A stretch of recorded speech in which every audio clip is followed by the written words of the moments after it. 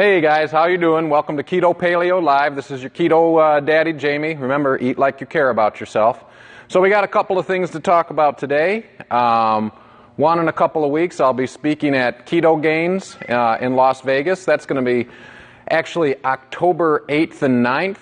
And we're going to be at the Palace Station in Las Vegas, Nevada. So if you guys can make it, there's going to be a lot of good speakers there. There's going to be Rob Wolf, Jake Wilson, Luis is going to be talking, all the Ketogains crew. So if you guys can make it, I'm going to be there. If you guys want to hit a workout, let me know. Message me.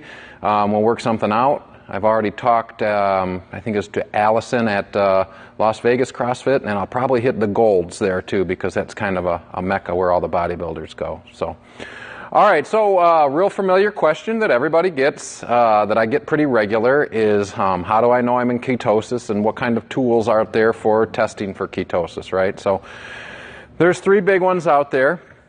Urine is the most popular, okay? So the urine strips you can get at almost anywhere, any of the big box stores, any pharmacy, anything like that. So those are great in the beginning, right? So ketone strips or urine strips are really easy to find out if you're producing ketones in the beginning. The problem with them, though, is that over time, they'll start to fade out.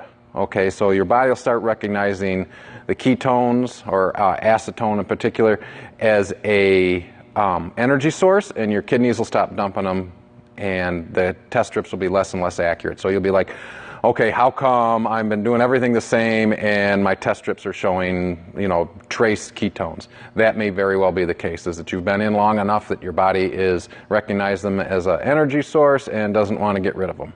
More keto adapted at that point as opposed to just making ketones. Okay. So another one that a lot of people hang their hat on is the blood meter. Blood meter will actually test for blood level ketones, beta-hydroxybutyrate, which is a pretty much the standard right now, okay? There are ways to elevate ketones at a blood level. Any medium chain triglyceride that hits your liver is going to turn to an overflow of ketones anyway. So unless you're burning them right up, you're going to see a huge rise in your blood level ketones. So beware of that. So don't think you're just, hey, great, I'm making ketones and there's a ton of them. Not always the case. Arguably also, if you're trying to lose weight, you want to try to be metabolizing as much fat as possible, so maybe not ingesting as much fat to have an elevated blood level ketones. Just something to keep conscious of. I know there's a lot of debate about what is the best way to measure ketones, and I really think that keeping it between the two is pretty good, and playing with your diet and your exercise level, how well you're burning them, and actually if you're actually keto adapted versus just making ketones. There's a big difference between just having ketones and actually being fat adapted. So third way, and it's actually one of the ways I like, even though it takes a little bit of practice and getting used to, is some of the breath meters out there will actually show acetone, or how you're exerting it or getting ketones in your breath. A lot of times people who stay keto adapted for a long time will notice that they have a weird tinge to their breaths. So there's a real good tool out there, the Ketonics, that I like. But like I said, it takes a little bit of practice. It's not as easy as the blood meter. Blood meters just chunk, blood, drop, go. How many millimolars of ketones do I have in my blood at that time? Breath meter, almost 9 times out of 10. Everything I find with those things is that they blow in the thing like they're Miles Davis, okay? So it's just supposed to be at the end of a breath and getting the last little bit out of your lungs. Practice. That's about the only hang-up maybe with the Ketonics or one of the breath meters, okay? So real popular question on that. So last but not least, thank you for everybody who has been downloading the app Keto Check. That's my first generation of app to help newbies figure out if a food is somewhere in the ketogenic criteria. I put some rules of thumb on there, how much percent of calories coming from grams of carbohydrate, how many percent of calories coming from grams of protein, and how many percent of calories of grams coming from fat. Now that's a beginner kind of thing. That's something that when you're learning your way, you want to type in a food, hey, where do I fall in? Or maybe you're looking at your food log and want to take a look at what you reflected for the day. And would this be considered ketogenic?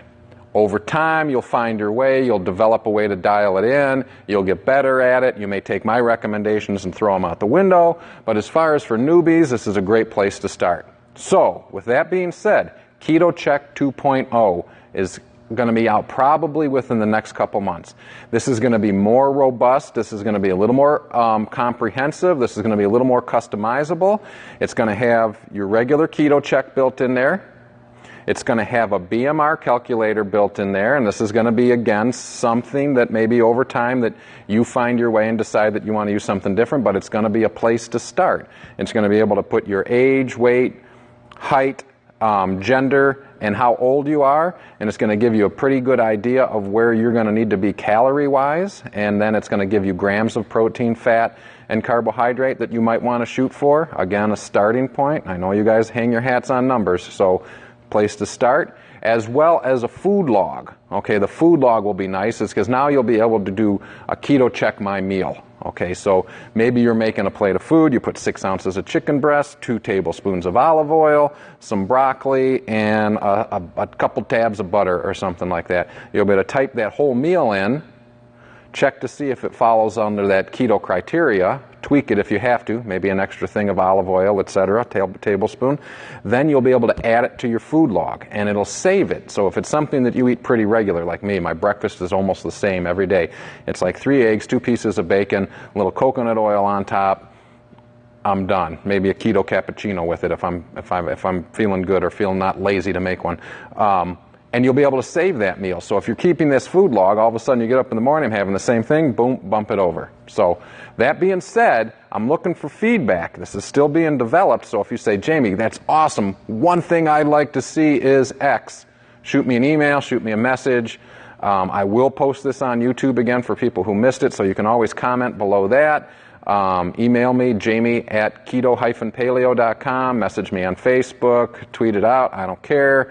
If there's something you'd really like to see, let me know, okay? So, anyway, some great stuff coming up. Don't forget, Ketogains is coming in October, 8th and 9th. I'll be speaking at that with some of the great keto guys. How to check for ketones, just some helpful hints there. And Keto Check 2.0, it's on its way. Please keep downloading Keto Check 1.0. I really appreciate it. That helps with developing the next one. So that being said, this is Jamie, your Keto Daddy. Remember, eat like you care about yourself. We'll talk to you soon.